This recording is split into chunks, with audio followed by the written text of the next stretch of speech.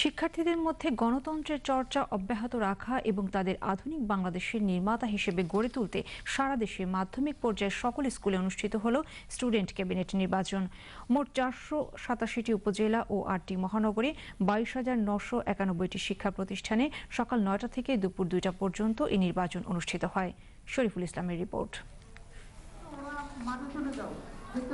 কিশোর বয়স থেকে গণতন্ত্রের চর্চা, অন্যের মতামতের প্রতি সহিষ্ণুতা এবং শতভাগ ছাত্রছাত্রীর ভর্তি ও ঝরে পড়া রোধের উদ্দেশ্য নিয়ে মাধ্যমিক পর্যায়ের সকল স্কুল ও মাদ্রাসায় আজ থেকে শুরু হয়েছে স্টুডেন্ট ক্যাবিনেট নির্বাচন। প্রতিটি প্রতিষ্ঠানে ছাত্রছাত্রীদের প্রত্যক্ষ ভোটে নির্বাচিত 8 জন প্রতিনিধির সমন্বয়ে 1 বছরের জন্য স্টুডেন্ট ক্যাবিনেট গঠিত হবে। ষষ্ঠ থেকে দশম শ্রেণীর ছাত্রছাত্রীরা এই নির্বাচনের ভোটার।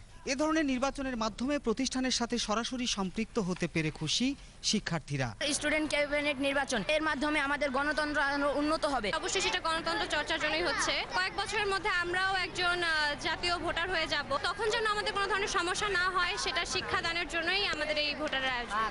শিক্ষা প্রতিষ্ঠান সংশ্লিষ্টরা বলছেন, সরকারের এ ধরনের উদ্যোগে প্রতিষ্ঠানের পরিবেশ উন্নয়ন, ক্রীড়া, সংস্কৃতি ও সহশিক্ষা কার্যক্রমে শিক্ষার্থীদের অংশগ্রহণ নিশ্চিত হবে।